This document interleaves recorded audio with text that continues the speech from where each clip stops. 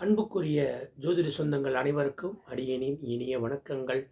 எடைப்பாறையிலிருந்து ஸ்ரீதர். இல்லந்தோறும் வாஸ்து ஜோதிடம் பிரசன்னம் அப்படிங்கிற ஒரு விஷயத்தை முன்னெடுக்கும்.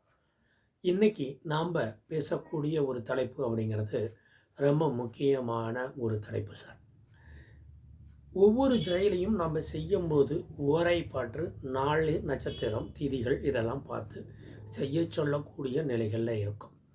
எனக்கு ஓரைகளே தெரியாது சார், எனக்கு நட்சத்திரம் தெரியாது, நாங்கள் எப்படி ஒரு சுக நிகழ்வுகளை செய்யணும், நாங்கள் செய்யக்கூடிய விஷயங்கள் எப்படி வெற்றி பெறும் அப்படிங்கிற ஒரு உன்னதமான ஒரு கேள்வியை பல பேருக்கு வருது சார். ஒவ்வொரு நேரமும் ஒரு ஜோதிடர் அணுகி எங்களால் நேரம் குறிக்கிறது இந்த சார்ந்த விஷயங்களை எங்களால் பெரிதாக முன்னெடுக்க முடியல.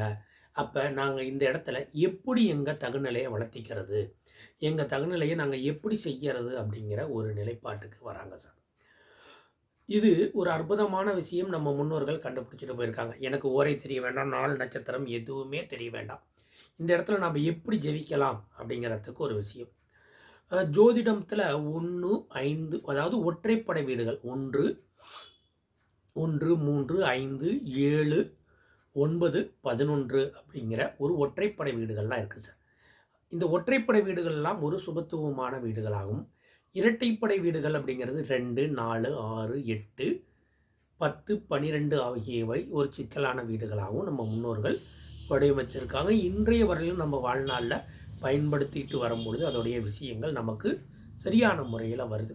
ஒற்றைப்பொருளில் அதிகப்படியான உயிர்காரகத்துவங்கள் வருது. அதோடைய தன்மைகள் அப்படிங்கிறது நல்ல வெற்றியை தேடித்தரும். உதாரணத்துக்கு 1 அப்படிங்கிறது ஜாதகர், 3ங்கிறது அவருடைய முயற்சி வெற்றி இளைய சகோதரம், 5ங்கிறது அவருடைய பூர்வ புண்ணியம் குலதெய்வம் குழந்தைகளுடைய அப்படிங்கிறது வரும். 7ங்கிறது பொதுஜன தொடர்பு மனைவி நட்பு அப்படிங்கிற எல்லாம் வரும். 9ங்கிறது தெய்வ அனுகூலம், அவங்க பரம்பரை கொடுக்கக்கூடிய சொத்துக்கள், அவங்க பரம்பரை கொடுக்கக்கூடிய நிம்மதிகள். 11 அப்படிங்கிறது தொடங்கியதெல்லாம் வெற்றி லாபம் நிலைத்திருக்கும் நீடித்து வல்லமை கொண்டது அப்படிங்கிற இது எல்லாமே அந்த இடத்துல வரும். அப்படி வரும்பொழுது ஒற்றைப்படைகள் எல்லாம் சுப வீடுகளாக போயிடும்.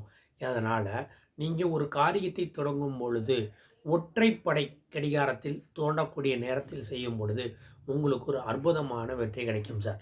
11 மணி 11 நிமிடம், 11 மணி 9 நிமிடம் அப்படிங்கிற ஒற்றைப்படை நேரங்களில் நீங்கள் கூட்டி செய்யும் பொழுது 90% நீங்கள் தொடங்கும் காரியங்கள் அனைத்தும் வெற்றி பெற்று வாழ்வில் நல்ல வளமுடன் வாழ வழிவகுக்கும் சார்.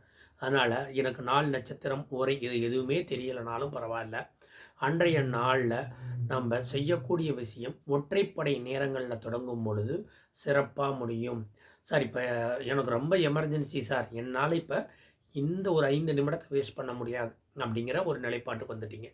அப்போ அந்த இரட்டைப்படை நேரமாக இருந்தாலும் அதில் ஒரு ஒற்றைப்படைன்னு வரும்ல.